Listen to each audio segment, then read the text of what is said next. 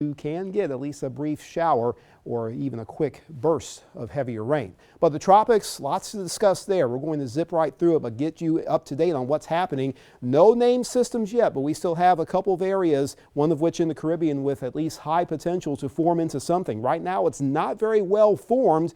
And if it's going to develop into anything, it's going to be a slow process as it moves to the west-northwest. I do think it slows down and starts to turn more towards the northwest as it approaches the Yucatan Peninsula, and that could be another interference in its overall projections of intensification. Nonetheless, it's going to carry a lot of the moisture well into the southern Gulf region, and that will influence our rain chances. So I do think that could maybe keep our rain trends going in the higher side of the scale going into early next week, although the core of the system is likely to stay to the south or to the west of our region.